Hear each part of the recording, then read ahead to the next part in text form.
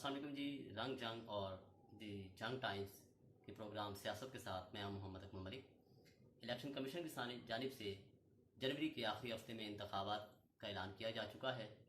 تو چونکہ تاریخ ابھی تک واضح نہیں ہے تو ہم یہی کہہ سکتے ہیں کہ انتخابی ہفتے کا اعلان کیا جا چکا ہے اور جنوری کے آخری ہفتے میں انتخابات ہوں گے.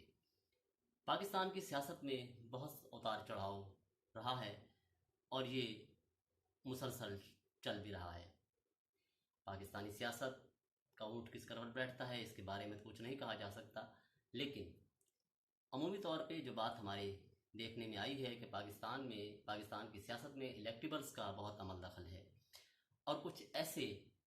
ممبران قومی و صوبائی اسمبلی کا بھی عمل دخل بہت زیادہ ہے جو پارٹیاں تبدیل کرتے ہیں. اور یہ بات عرصہ دراز سے چلی آ رہی ہے کہ کوئی بھی سیاسی رہنما یا کوئی بھی ممبر یا قومی صوبائی اسمبلی ایک پارٹی چھوڑ کر اگلے انتخابات سے قبل ہی دوسری پارٹی کو جوائن کر لیتا ہے. اب یہ عمل ان کا کس حد تک درست ہے، اس کے حوالے سے قوانین کیا کہتے ہیں، اس کے علاوہ سے پارٹیوں کی اپنی رائے کیا ہے، اس حوالے سے میں نے اور اخلاق قریشی صاحب نے جنگ کے معروف قانون دان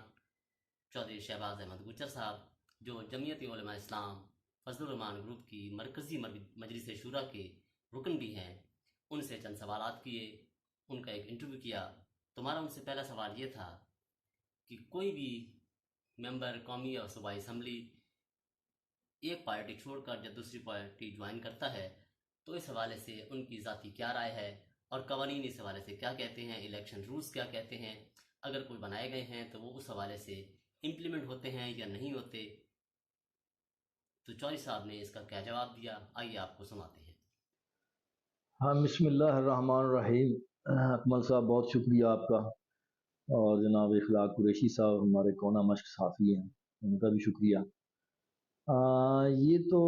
آپ نے میرے دل کی بات کہی. گزارش یہ ہے کہ مجھے خوب یاد پڑ رہا ہے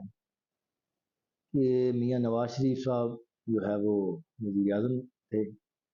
اور 2018 سے پہلے جو ٹینور گزرا ہے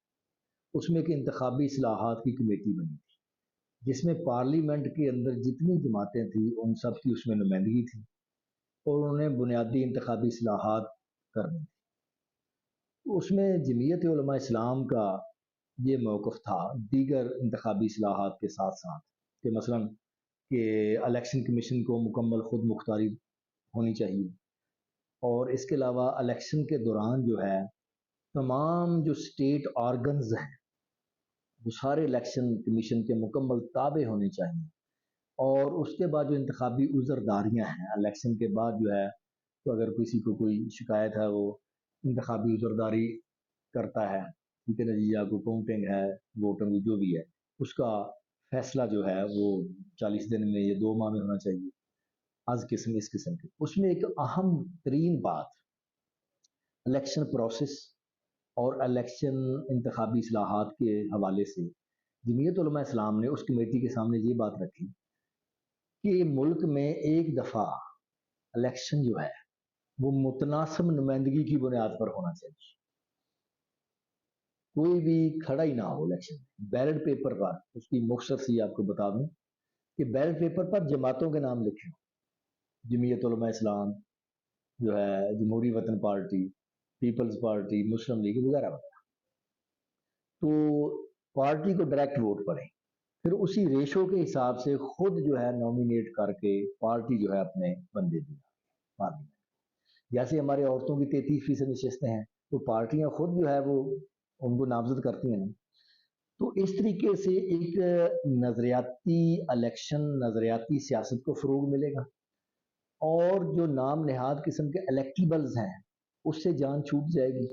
اب تو یہ ہے اتنی زیادہ اس میں کمپلیکیشن آ گئی ہے، اور کہ میں یہ کہا کرتا ہوں کہ اگر ایک عورت ہو نا جی، اس کو طلاق ہو جائے باضابطہ، تو اپنی عدت کے دن گزارنے کے بعد جو ہے نیا خادم کرتی ہے، نیا نکاح کرتی ہے. ہماری ملک کی طبقہ اشرافیہ سے تعلق رکھنے والے الیکٹیبلز جنہیں ہم کہتے ہیں، وہ جو ہے اگر ایک پارٹی سے دوسری پارٹی میں جائیں تو اپنی سیاسی عدت بھی پوری نہیں کرتے، راتوں رات جو ہے دوسری پارٹی سے نکاح کر لیتے ہیں یا حکومت سے نکاح کر لیتے ہیں۔ تو اس لیے میں یہ سمجھتا ہوں کہ اگر جو ہے یہ انتخابی سیاست کے حوالے سے آپ نے ملک میں کوئی تبدیلی لانی ہے تھرو دا پارلیمنٹ، تو پھر بنیادی انتخابی اصلاحات ناگزیر ہیں، اور اس میں پہلی بات یہ کہ متناسب نمائندگی کی بنیاد پر الیکشن ملک میں ہونا چاہیے، ورنہ وہی 150 بندہ ہے جو آج سے 20 سال پہلے ایک پارٹی میں، پھر دوسری پارٹی میں، تیسری پارٹی میں، پھر چوتھی پارٹی، ان کا نہ کوئی نظریہ ہے، نہ کوئی پروگرام ہے، نہ کریکٹر ہے، آپ لوگوں کو زیادہ علم ہے۔ تو لہذا انتخابی حوالے سے جو ہے الیکشن جو ہے وہ پروپورشنیٹ ایکویلٹی جو ہے، ٹھیک ہے جی، اپنا متناسب نمائندگی کی بنیاد پر وہ کرایا جائے، اور جو الیکشن کمیشن ہے اس کو مکمل مالی انتظامی خود مختاری دی جائے، اور اس کے علاوہ الیکشن کے بعد جو شکایات پیدا ہوتی ہیں انتخابی عذرداریوں کے حوالے سے، اس کا فیصلہ جو ہے وہ کم از کم جو ہے 1.5 ماہ کے اندر کر لینا چاہیے۔ اصل میں قریشی صاحب جو میں نے بات کی ہے نا جی، جب یہ انتخابی اصلاحات کی جو ہے کمیٹی بنی تو اس میں یہ تینوں بڑی جماعتوں نے یہ مخالفت کی، اپنا پیپلز پارٹی نے، مسلم لیگ نون نے، تحریک انصاف، ٹھیک ہے جی، اور اس میں جمعیت علماء اسلام اور ہم نے جو ہے یہ ہماری تجویز اس میں طے ہوا تھا کہ یونینیمس ڈیسیژن ہوگا، جس میں یونینیمس جس پہ اتفاق ہوا وہ جو ہے انتخابی اصلاح کے طور پر وہ کی جائے گی۔ ہمارا آج بھی یہی سٹانس ہے، ہم آج بھی اس پہ کھڑے ہیں، اور پوری شرح صدر کے ساتھ کہتے ہیں کہ جو ہے انتخابات کے رستے سے اگر آپ کوئی اصلاح احوال کرنا چاہتے ہیں تو پھر جو ہے یہ متناسب نمائندگی کا نظام متعارف کرایا جائے، اور اس میں جو ہے پھر کم از کم جو ہے سیاسی پارٹیاں اگر نظام کا زیادہ جبر بھی ہوا تو کم از کم جو ہے 45% لوگ وہ صاحب کردار نامزد کریں، یہ ان کی مجبوری بن ہے۔ چوائس صاحب سے ہمارا دوسرا سوال یہ تھا، قومی و صوبائی اسمبلی میں مخصوص نشستوں کے حوالے سے تھا کہ جو بھی پارٹی جتنی سیٹیں عام انتخابات میں جیتتی ہے اسی تناسب سے اس کو قومی و صوبائی اسمبلی میں مخصوص نشستیں الاٹ کر دی جاتی ہیں۔ کیا ان پارٹیوں کو اس حوالے سے پابند کیا جانا زیادہ بہتر نہ ہوگا کہ وہ عام انتخابات میں کسانوں کو، مزدوروں کو اور نوجوانوں کو اپنے پارٹی ٹکٹ جاری کریں ایک مخصوص فیصد کے حساب سے، ایک مخصوص تناسب کے حساب سے، تاکہ وہ براہ راست منتخب ہو کر جس طرح ایک عام ممبر قومی و صوبائی اسمبلی منتخب ہو کے آتا ہے اسی طرح منتخب ہو کے آئیں؟ تو اس حوالے سے انہوں نے کیا جواب دیا؟ آپ دیکھیں یہ بہت اچھی آپ کی تجویز ہے، سوال بھی ہے، تو اس میں ہمارا جو پولیٹیکل سٹائل ہے، جو الیکشن پروسیس ہے، وہ اس قدر